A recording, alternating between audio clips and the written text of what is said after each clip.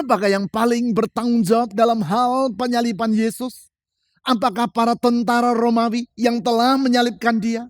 Atau Pilatus yang telah menyerahkan Yesus untuk disalibkan?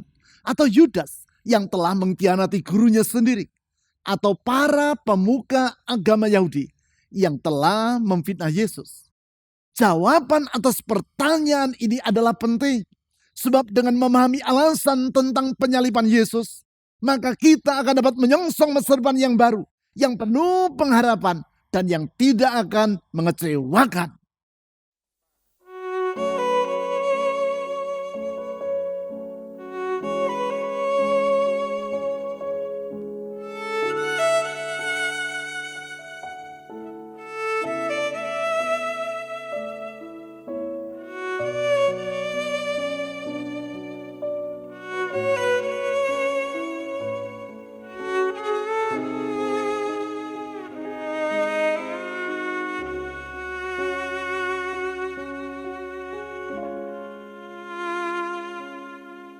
Por la vía dolorosa saat di Yerusalem, seorang tak berdosa disalibkan, dicaci, dicemooh, diteriakan kematiannya.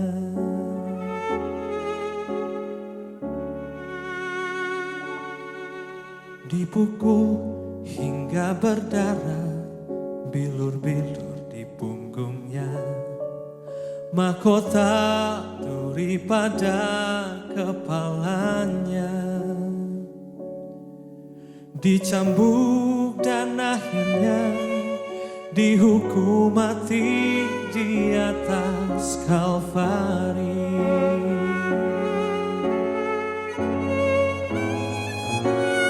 Por la via dolorosa, jalan penderitaan, Yesus Kristus Mesias penanggungnya. Dia lakukan karena kasih-Nya pada kita semua. Por la via dolorosa menuju ke Kalvari.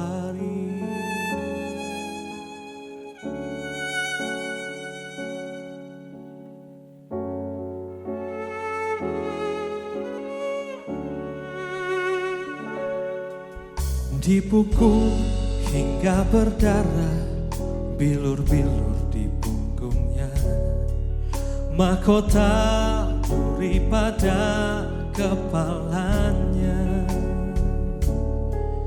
Dicambuk dan akhirnya dihukum mati di atas Kalvari. Por la via dolorosa, jalan penderitaan, Yesus Kristus Mesias penanggungnya. Dia lakukan karena kasih-Nya pada kita semua. Por la via dolorosa menuju ke Kalvari. Darahnya menyucikan setiap manusia, dibayar oleh seorang dari Yerusalem. Por la via dolorosa, jalan penderitaan, Yesus Kristus Mesias penanggungnya. Dia lakukan karena kasih-Nya pada kita semua. Por la via dolorosa menuju ke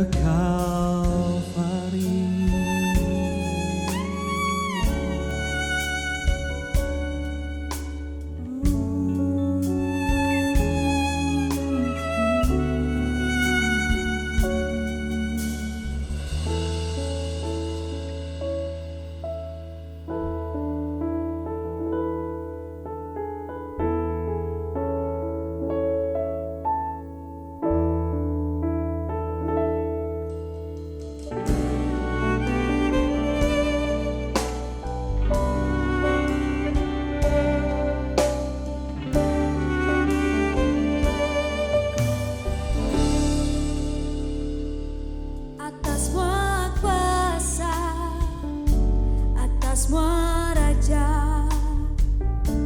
atas semesta segala ciptaannya, atas semua hikmah dan jalan manusia. Kau telah ada sebelumnya, atas kerajaan yang berkuasa, semua kejayaan di dalam dunia,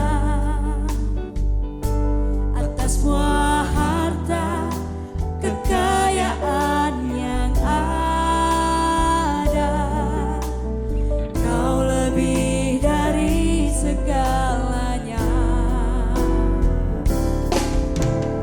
Disiksa dan disalibkan, bahkan mati, selamatkan hidupku.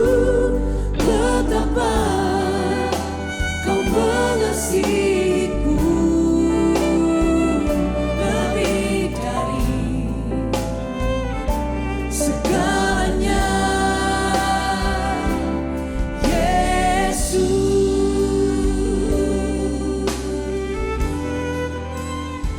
Kami bersyukur untuk pengorbananmu Tuhan. Mari naikkan pujian. Atas semua kuasa, atas semua raja, atas semesta segala ciptaannya, atas semua hikmah dan jalan manusia. Telah ada sebelumnya, atas kerajaan yang berkuasa, semua kejayaan di dalam dunia,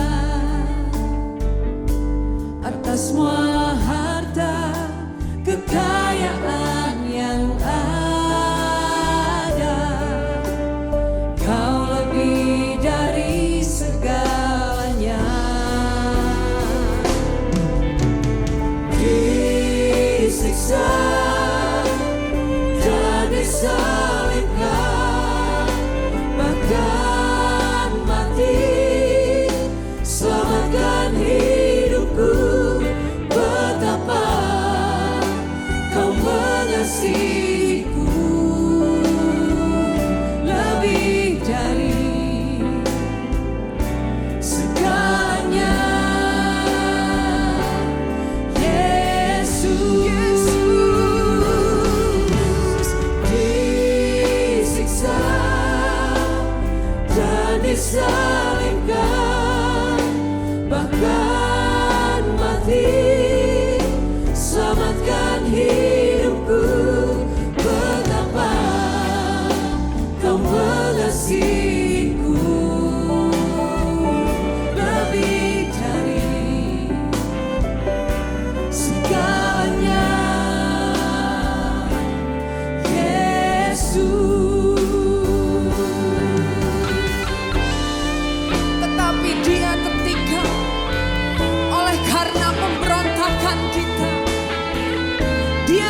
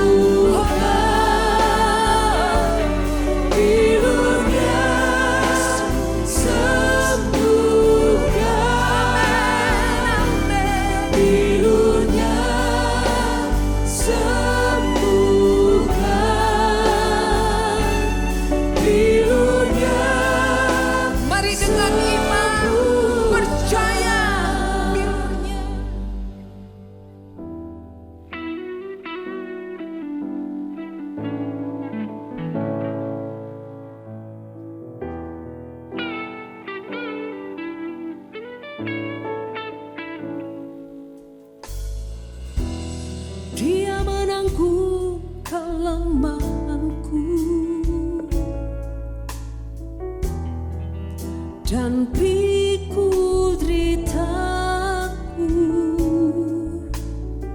seakan dia telah ditindas Allah, padahal dia tak berdosa,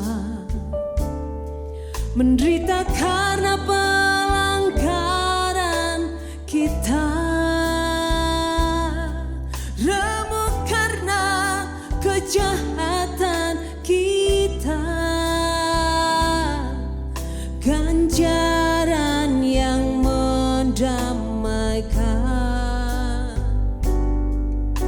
ganjaran yang mendamaikan ditanggungnya.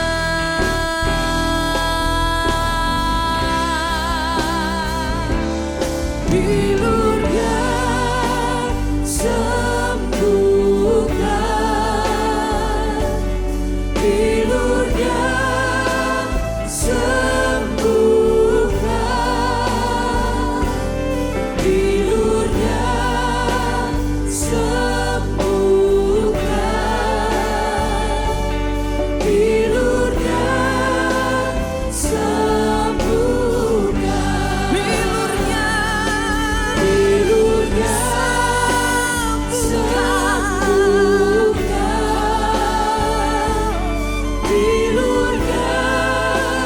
sembuhkan, bilurnya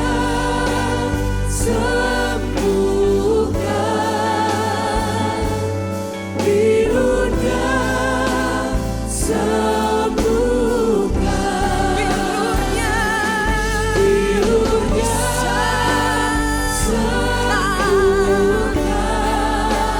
sembuhkan, bilurnya sembuhkan, bilurnya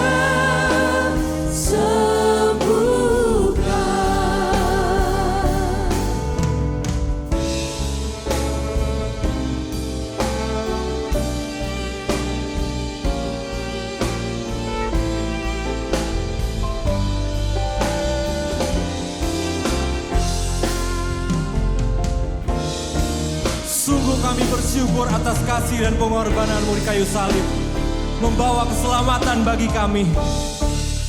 karya terbesar dalam hidupku, pengorbananmu yang selamatkanku, engkaulah harta yang tak ternilai yang ku miliki dan ku hargai. Yesus engkau ku kagumi,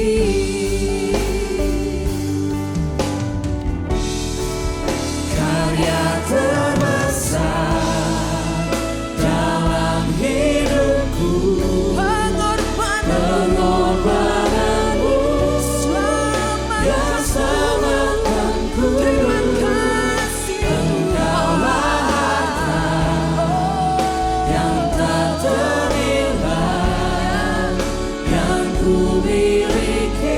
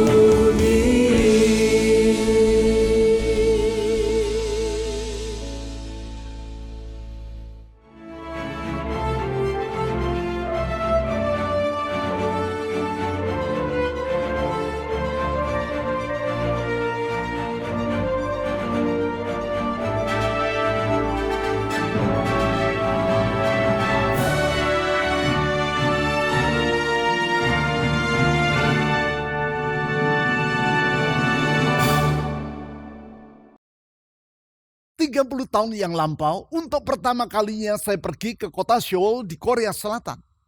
Saat itu pesawat yang saya tumpangi mendarat di sana pada malam hari. Sementara mendekati kota Seoul, dari jendela pesawat saya melihat begitu banyak lampu-lampu yang berbentuk salib dengan ukuran yang sangat besar dan nampak sangat terang menghiasi berbagai penjuru langit dari kota tersebut. Sangat mengagumkan. Mengapa bagi orang Kristen di Korea Selatan salib merupakan simbol yang mereka banggakan, sehingga mereka tidak berupaya untuk menyembunyikannya, namun malahan menempatkannya di menara-menara yang tinggi? Apakah makna di balik simbol salib tersebut? Tentu keberadaan dari simbol-simbol itu tidaklah terlepas dari peristiwa penyaliban yang terjadi 2000 tahun yang lampau di luar kota Yerusalem di wilayah Yudea. Penyaliban Yesus Kristus yang merupakan salah satu peristiwa terpenting dalam sejarah kemanusiaan. Peristiwa yang sangat penting karena di dalam hal ini bukan sekadar bagaimana cara ia mengalami kematian, yaitu dengan disalibkan. Namun siapa dan mengapa ia mengalami kematian, itulah yang menentukan. Sesungguhnya sebelum dan sesudah Yesus disalibkan, banyak orang lain yang mati dengan cara yang sama, yaitu disalibkan oleh pemerintah kekaisaran Romawi. Namun berbeda dengan penyaliban Yesus Kristus, semua peristiwa yang lain tersebut tidak membawa dampak yang signifikan terhadap sejarah, sehingga tidak diingat orang. Tetapi tidak demikian halnya dengan penyaliban Yesus. Sedemikian pentingnya peristiwa itu, sehingga hari ini lebih dari 30% penduduk dunia merayakannya dalam ibadah Jumat Agung seperti yang juga sedang kita lakukan pada saat ini. Hal tersebut menunjukkan bahwasanya kita perlu memahami siapakah Yesus yang disalibkan dan mengapa ia disalibkan. Hanya dengan demikian, barulah perayaan Jumat Agung yang kita laksanakan ini bukan sekadar suatu ritual karena kebiasaan belaka, namun suatu ibadah yang bermakna. Telah ini saya mulai dengan bertanya, mengapa Yesus disalibkan? Dari situ kita juga akan dapat mengetahui siapakah Yesus yang sesungguhnya. Dan dengan demikian, kita akan dapat memahami makna yang sesungguhnya dari peristiwa kematian Yesus di kayu salib yang kita rayakan hari ini. Dengan maksud untuk menjawab pertanyaan tadi, saya ajak saudara membaca sebagian catatan dalam Alkitab tentang peristiwa penyaliban tersebut. Di dalam hal ini, kita akan membaca Lukas pasal 23 ayat 33 sampai 43. Untuk itu, saya akan membaca dari Alkitab Bahasa Indonesia Terjemahan Baru edisi kedua yang terbitkan oleh Lembaga Alkitab Indonesia atau LAI. Lukas pasal 23 ayat 33 sampai 43. Ketika mereka sampai di tempat yang bernama Tengkorak, mereka menyalibkan Yesus di situ dan juga kedua orang penjahat itu, yang seorang di sebelah kanannya dan yang lain di sebelah kirinya. Yesus berkata, "Ya Bapa, ampunilah mereka sebab mereka tidak tahu apa yang mereka perbuat." Lalu mereka membuang undi untuk membagi pakaiannya. Umat berdiri di situ dan melihat semuanya. Tetapi pemimpin-pemimpin mengejek dia. Katanya, orang lain ia selamatkan. Biarlah sekarang ia menyelamatkan dirinya sendiri. Jika ia adalah Mesias, orang yang dipilih Allah. Ayat 36. Juga prajurit-prajurit mengolok-olok dia sambil maju dan menawarkan anggur asam kepadanya. Dan berkata, "Jika engkau raja orang Yahudi, selamatkanlah dirimu." Juga ada tulisan di atas kepalanya, "Inilah raja orang Yahudi." Ayat 39. Salah seorang penjahat yang digantung itu menghujat dia, katanya, "Bukankah engkau Mesias? Selamatkanlah dirimu dan kami." Namun yang lain menegur dia, Tidakkah engkau takut kepada Allah sebab engkau menerima hukuman yang sama? Kita memang selayaknya dihukum sebab kita menerima balasan yang setimpal dengan perbuatan kita. Tetapi orang ini tidak berbuat sesuatu yang salah. Lalu ia berkata, Yesus, ingatlah aku apabila engkau masuk ke dalam kerajaan-Mu. Ayat 43. Kata Yesus kepadanya, sesungguhnya aku berkata kepadamu, hari ini juga engkau akan ada bersama-sama dengan aku di dalam Firdaus. Di ayat 33 disebut bahwa mereka menyalibkan Yesus di tempat yang bernama Tengkorak, atau yang dalam bahasa Aram adalah Golgota, dan di dalam bahasa Yunani adalah Kranion, yang kemudian ditransliterasi ke dalam bahasa Inggris menjadi kata Kalvari. Siapakah yang dimaksud dengan mereka yang di ayat 33 disebut telah menyalibkan Yesus di Golgota atau Kalvari tersebut? Penjelasan tentang siapakah mereka ini adalah penting. Sebab dari situ kita akan dapat mengetahui alasan mengapa Yesus disalibkan. Memperhatikan ayat 35 sampai 36 yang telah kita baca tadi, terlihat di sana bahwasanya yang dimaksudkan dengan kata mereka di ayat 33 adalah para pemimpin atau pemuka agama Yahudi dan para prajurit kekaisaran Romawi. Tentu mereka menyalibkan Yesus bukan tanpa alasan. Apakah alasan tersebut? Bila kita menilik ayat-ayat dalam keempat kitab Injil tentang latar belakang dari peristiwa itu, maka dapat disimpulkan bahwa alasan dari penyaliban Yesus adalah yang pertama, karena kejahatan dari orang-orang yang menyalibkan dia. Saya ulangi, yang pertama, Yesus disalibkan karena kejahatan dari orang-orang yang menyalibkan dia. Kejahatan dari orang-orang tersebut merupakan suatu rangkaian. Dan rangkaian itu bermula serta berakhir pada mereka yang disebut di ayat 33 tadi. Seperti yang telah saya sebutkan tadi, pihak yang paling nampak jelas sebagai orang-orang yang menyalibkan Yesus tentulah para prajurit Romawi. Karena mereka lah yang secara faktual memakukan dan menggantung Yesus pada kayu salib. Mereka berada di rangkaian terakhir dalam tahapan-tahapan penyaliban yang dialami oleh Tuhan Yesus. Mengapa mereka menyalibkan Yesus? Di satu sisi, karena mereka memperoleh tugas untuk melakukan hal itu. Namun di sisi yang lain, karena kekejaman mereka. Para prajurit itu di dalam kekejaman mereka, yaitu seperti yang dicatat di ayat 34, telah membuang undi untuk membagi pakaian Yesus, sementara Yesus tergantung di kayu salib. Bukan itu saja. Di ayat 36 sampai 37 ditulis bahwa mereka mengolok-olok Yesus dengan berkata, jika engkau raja orang Yahudi, selamatkanlah dirimu. Hal itu hanya merupakan sebagian dari kekejaman mereka. Sebab sebelumnya, yaitu sebagaimana yang ditulis di dalam Matius pasal 27 ayat 27 sampai 31. Sementara berada di gedung pengadilan di kota Yerusalem, para prajurit tersebut terlebih dulu menyesah Yesus, mengolok-olok dia, meludahi dan menaruh mahkota dari duri di atas kepalanya. Semua kekejaman tersebut mereka lakukan berdasarkan keputusan dari Pilatus yang adalah wali negeri atau gubernur kekaisaran Romawi yang berkuasa atas wilayah Yudea. Berarti Pilatus terlibat dalam penyaliban Yesus ini. Pilatus yang di dalam catatan Matius pasal 27 ayat 14 sampai 24 disebut bahwa saat ia mengadili Yesus, sebenarnya ia mengetahui bahwasanya Yesus tidak bersalah. Namun karena ia merasa takut terhadap desakan dari orang banyak yang menghendaki agar Yesus disalibkan.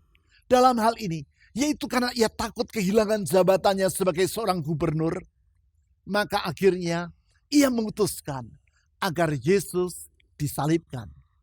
Artinya karena mementingkan jabatan, Pilatus rela membelokkan kebenaran.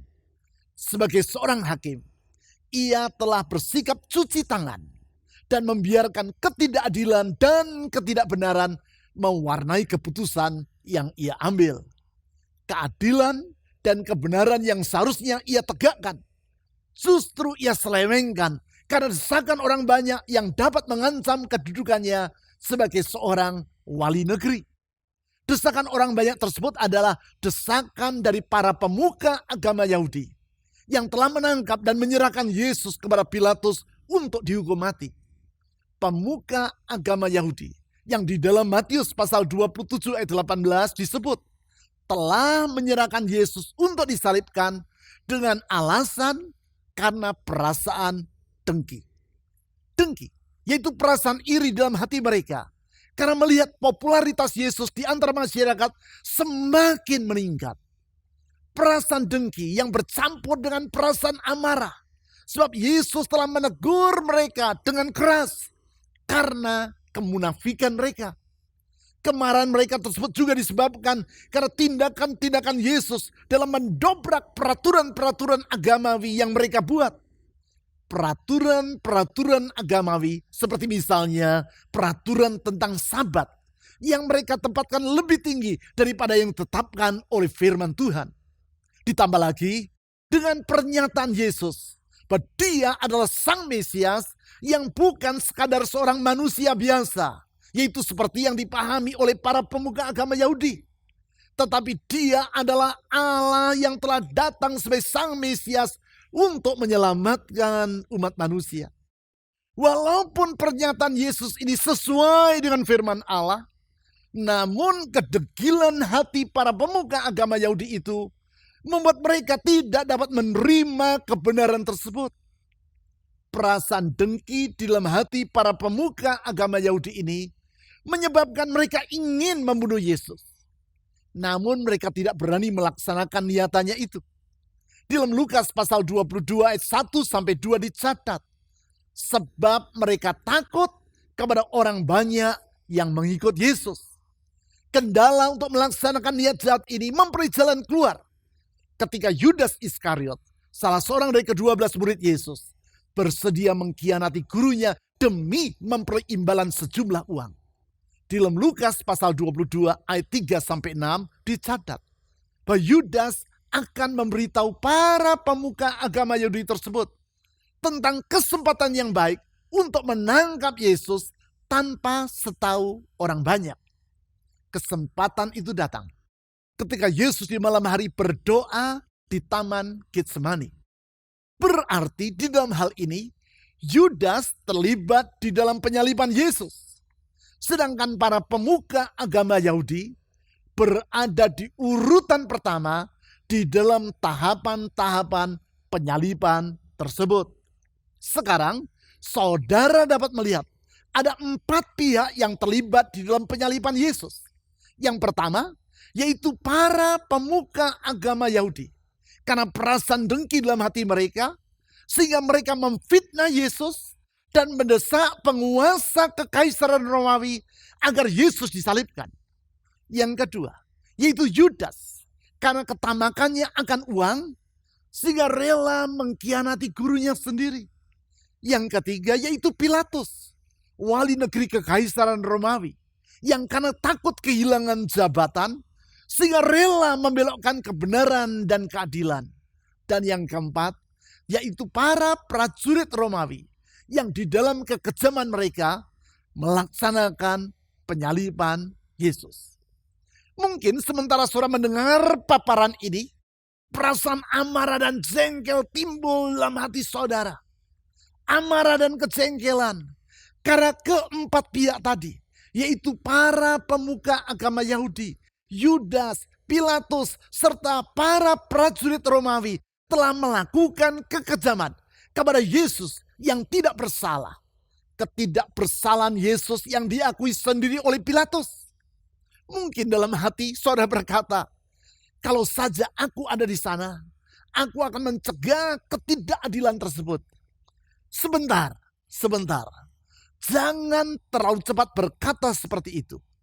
Karena sesungguhnya ada alasan yang lain dari penyaliban Yesus. Alasan tersebut adalah yang kedua. Yesus disalibkan karena keberdosaan kita. Saya ulang, yang kedua. Yesus disalibkan karena keberdosaan kita. Sesungguhnya semua yang telah dilakukan oleh para pemuka agama Yahudi, Yudas, Pilatus, maupun para prajurit Romawi tadi merupakan cerminan dari keberdosaan manusia yang adalah juga keberdosaan kita. Artinya, kita semua juga terlibat di dalam penyaliban Yesus. Tentang hal itu, John Stott, teolog yang sangat terkenal dan berpengaruh dari Inggris yang wafat beberapa tahun yang lampau, dalam bukunya yang berjudul The Cross of Christ, menulis, "We ourselves are also guilty. If we were in their place, we would have done what they did." Kita sendiri juga bersalah.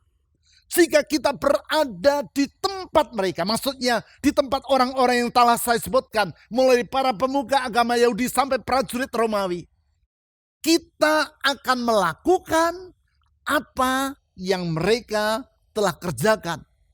Karena itu tepatlah apa yang digambarkan dalam lagu rohani, "Were you there when they crucified my Lord?"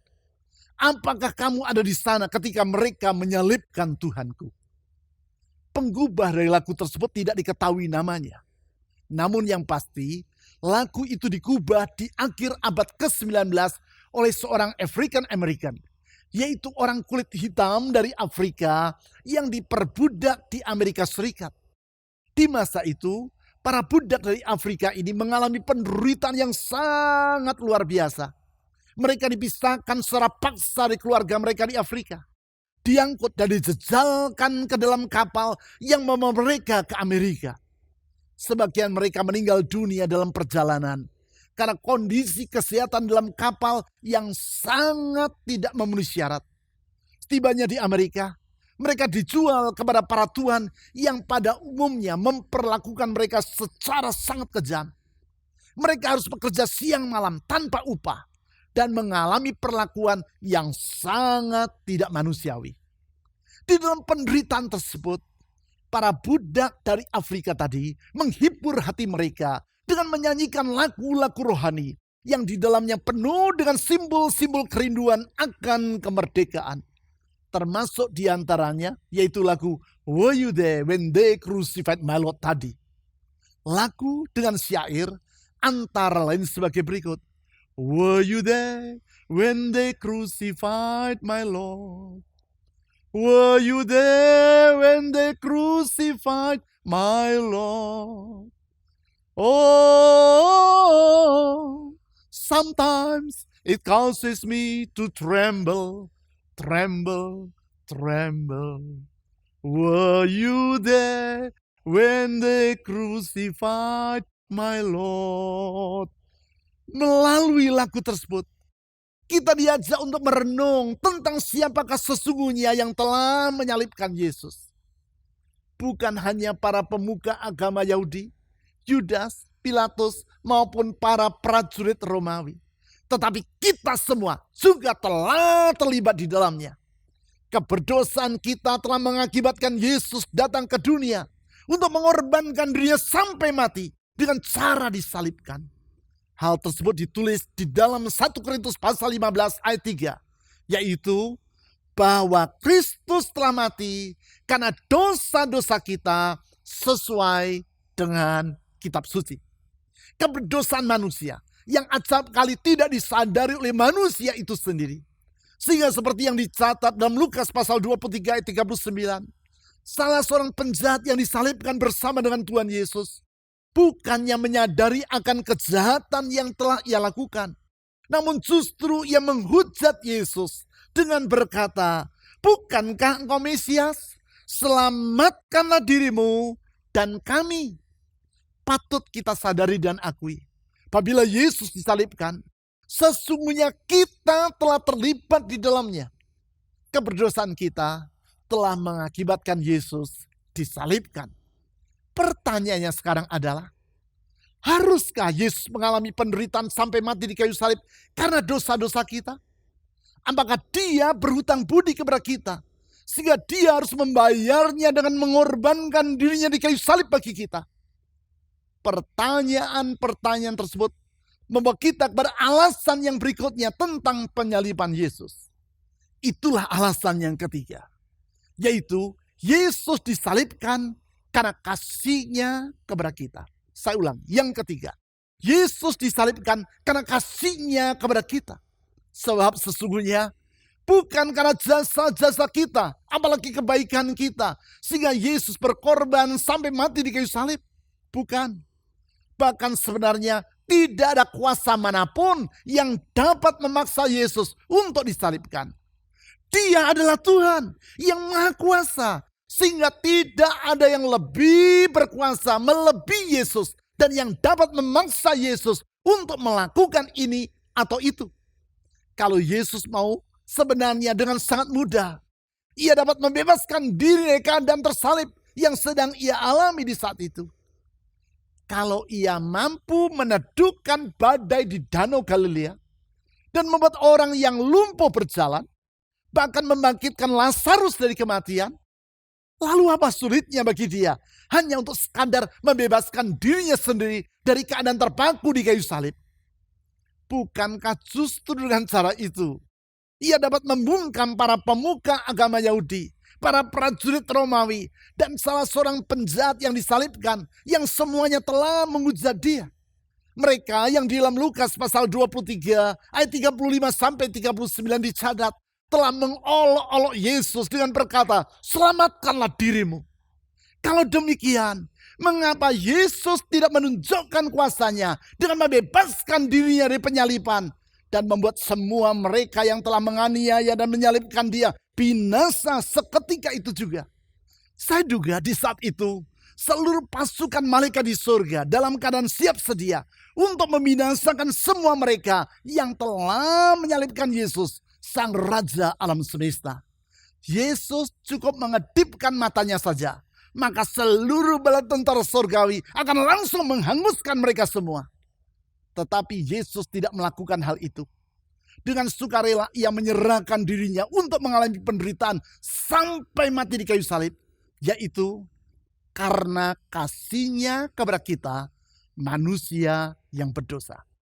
Kasih yang diakui oleh Rasul Paulus di dalam Galatia pasal 2 ayat 20 dengan berkata, "Anak Allah yang telah mengasihi aku dan menyerahkan dirinya untuk aku."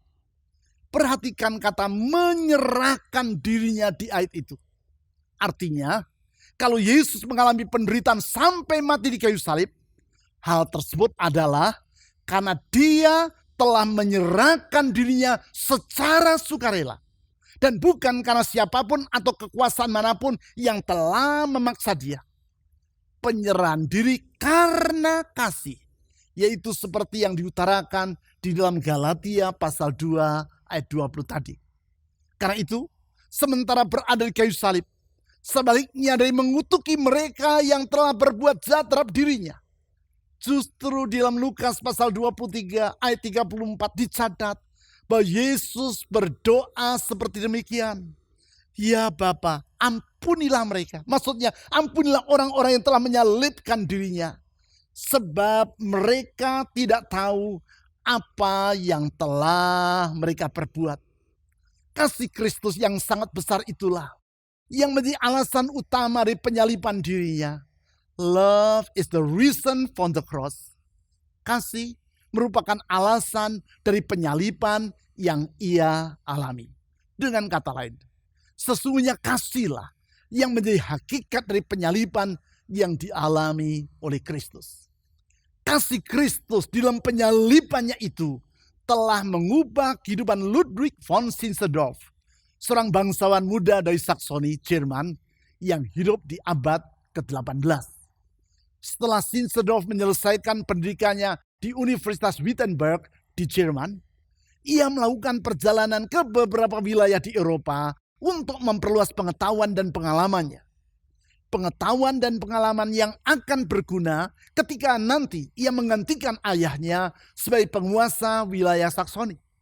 Di dalam perjalanan itu, ia tiba di kota Düsseldorf dan mengunjungi museum yang ada di kota tersebut. Di situ ia melihat lukisan karya Domenico Vetti, seorang pelukis dari Italia. Lukisan yang diberi nama Ecce Homo, atau Lihatlah Sang Anak Manusia. Lukisan yang menggambarkan Yesus yang mengenakan mahkota duri pada kepalanya. Lukisan tentang penderitaan Yesus di kayu salib oleh karena kasihnya itu menyentuh hati Sissendorf. Sebagai akibat, hari itu, tanggal 20 Mei tahun 1719, ia mengambil keputusan untuk mengabdikan hidupnya bagi Yesus. Ia pulang ke Saksoni dan memulai kelompok di antara orang-orang Kristen yang di kemudian hari dikenal dengan nama Kelompok Persaudaraan Moravian. Orang-orang Moravian itu dengan aktif membawa berita Injil ke seluruh dunia, baik ke Afrika, Asia, bahkan sampai ke Kutub Utara. Memang, kasih Kristus di kayu salib mampu mengubah kehidupan manusia. Perubahan yang berdampak terhadap kehidupan mereka di dunia ini maupun di dunia yang akan datang. Hal itulah yang dialami oleh penjahat yang kedua yang disalibkan bersama dengan Yesus. Kalau penjahat yang pertama menghujat Yesus, maka seperti yang dicatat dalam Lukas pasal 23 ayat 40 sampai 42, penjahat yang kedua ini mengakui keberdosaannya, mengakui ketidakbersalahan Yesus, serta mengakui bahwa Yesus adalah Tuhan, yaitu Raja alam semesta, dan ia memohon belas kasihan Kristus. Sebagai tanggapan, di ayat 43 ditulis bahwa Yesus berkata kepada yang bersangkutan, hari ini juga engkau akan ada bersama-sama dengan aku di dalam Firdaus. Itulah kuasa dari kasih Kristus yang menyelamatkan. Kuasa kasih Kristus yang menghapus masa lampau kita yang kelam dan membaharui hidup kita. Love lifted me. Kasih telah mengangkat diriku. Kasih Kristus telah mengangkat hidup kita dari dalam jurang kebinasaan dan membentangkan masa depan yang baru bagi kita. Kasih itulah yang akan kita ingat dan syukuri dengan mengambil perjamuan kudus yang akan kita laksanakan sesudah ini. Namun sebelum itu, saya ingin bertanya terlebih dulu kepada saudara. Ketika Anda diperhadapkan kepada salib Kristus, yaitu kasih-Nya, sikap mana yang menjadi pilihan saudara? Sikap penjahat yang pertama, yaitu yang tidak mempercayai Yesus, bahkan mengejek dan menghujat Dia, atau sikap penjahat yang kedua, yaitu penjahat yang menyadari akan keberdosaan dirinya dan mengakui Yesus adalah Tuhan, Sang Raja alam semesta, serta memohon belas kasihan-Nya. Sikap-sikap tersebut menentukan masa depan mereka masing-masing.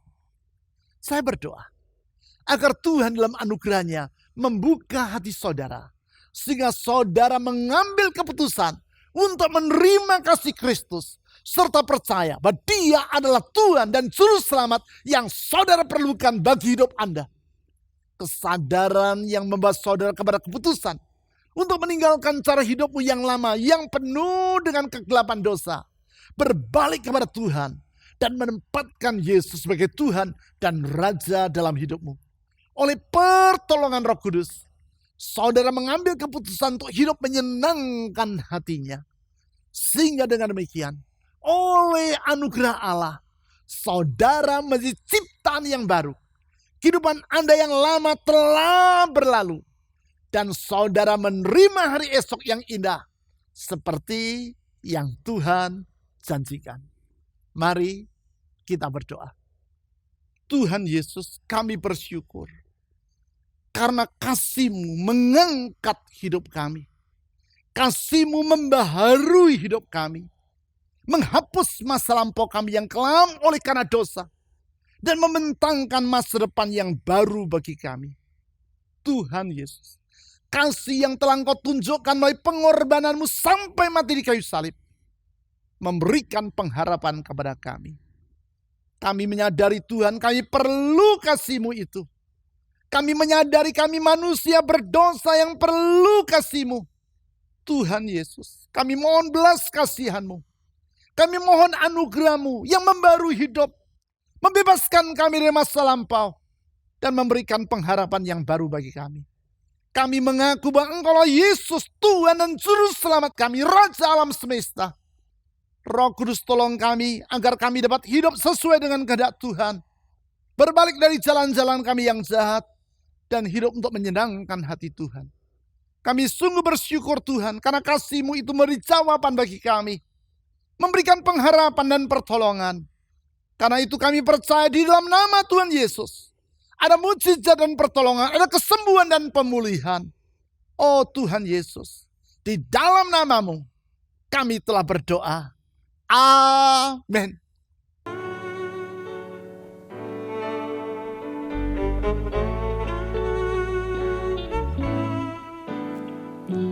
Salibnya, salibnya, selamanya mulia.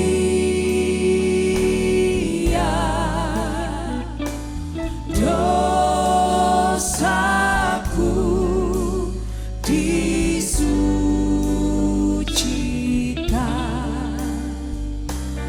oleh darah Yesus. Salibnya, salibnya, salibnya,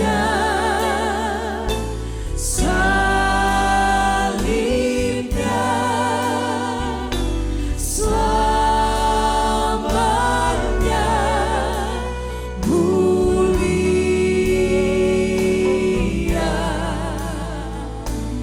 Dosaku disucikan oleh darah Yesus.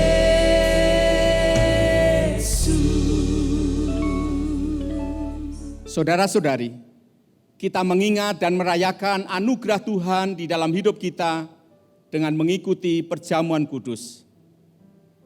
Tuhan Yesus di dalam kasih-Nya telah datang ke dunia, menderita sengsara, bahkan sampai mati di kayu salib untuk menyelamatkan manusia yang berdosa. Dia mengangkat kita dari kebinasaan dan memberikan kepada kita masa depan yang baru, indah dan mulia. Di dalam anugerah-Nya, Allah telah memperdamaikan kita dengan diri-Nya. Di dalam kasih-Nya, kita dapat menjalani hidup yang penuh dengan kemenangan, keberhasilan, dan kebahagiaan. Mari kita berdoa. Kami menaikkan pujian dan ucapan syukur kami kepadamu ya Tuhan, Allah yang limpah dengan anugerah. Tuhan Yesus, di dalam kasih-Mu Engkau telah datang ke dunia, mengorbankan diri-Mu demi mengampuni kami, demi menyelamatkan kami dari kebinasaan. Engkau membentangkan masa depan yang indah bagi setiap kami, dan menghapuskan masa lalu kami yang kelam. Engkau membuka jalan dan menolong kami, sehingga kami dapat meraih masa depan yang gemilang. Kami bersyukur kepadamu ya Tuhan, karena Engkau mempunyai rencana yang indah dan mulia bagi setiap kami. Sungguh besar anugerah-Mu bagi setiap kami. Di dalam nama Tuhan Yesus, kami berdoa. Saudara-saudari, kita mengangkat roti perjamuan kudus dengan ucapan syukur kepada Tuhan. Dan malam waktu Yesus mau diserahkan, Dia mengambil roti, mengucap syukur atasnya, membagikannya kepada para murid, serta berkata, "Inilah tubuhku yang diserahkan bagi kamu. Perbuatlah ini setiap kali kamu memakannya menjadi peringatan akan aku." Dengan ucapan syukur kepada Tuhan, oleh karena anugerah keselamatan yang Dia karuniakan kepada kita, Mari kita makan roti perjamuan kudus bersama-sama di dalam nama Tuhan Yesus.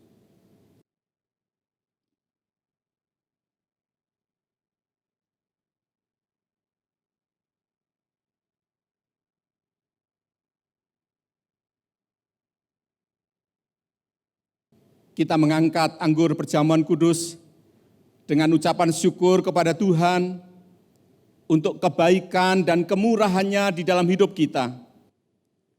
Sehingga setiap saat kita dapat berkata, Allah itu baik untuk selama-lamanya, dan untuk selama-lamanya Allah itu baik. Kemudian Yesus mengambil cawan sesudah makan lalu berkata, cawan ini adalah perjanjian baru yang dimeteraikan oleh darahku. Minumlah menjadi peringatan akan aku. Dengan ucapan syukur kepada Tuhan oleh karena berkat-Nya atas setiap kita, mari kita minum anggur perjamuan kudus bersama-sama di dalam nama Tuhan Yesus.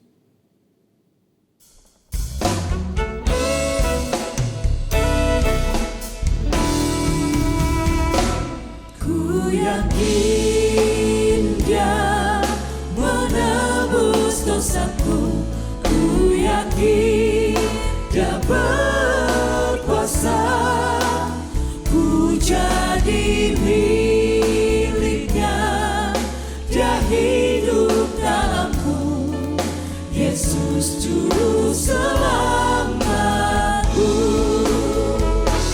Ku yakin Dia menebus dosaku, ku yakin Dia berkuasa, ku jadi miliknya, Dia hidup dalamku, Yesus Juru Selamatku.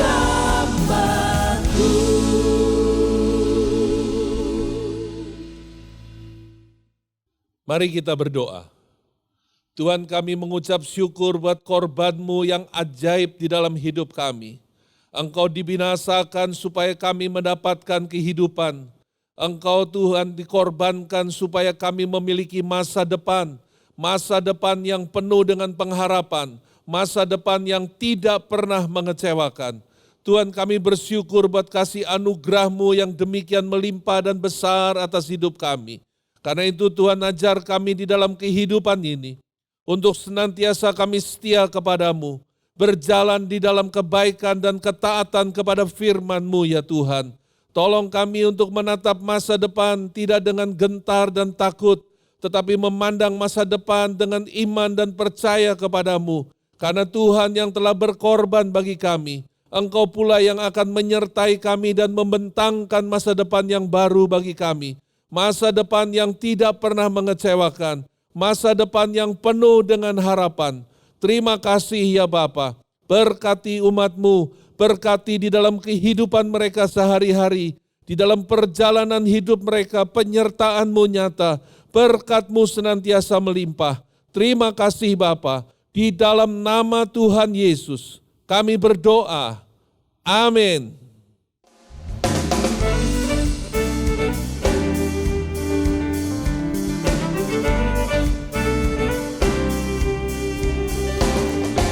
Hatiku pun bersyukur, kagum akan perbuatan-Mu, jiwaku kan berseru, nyatakan Kau Allahku. Hatiku pun bersyukur, kagum akan perbuatan-Mu, bersorak pujian, nyatakan kebaikan-Mu. Hatiku pun bersyukur, kagum akan perbuatan-Mu, jiwaku kan berseru, nyatakan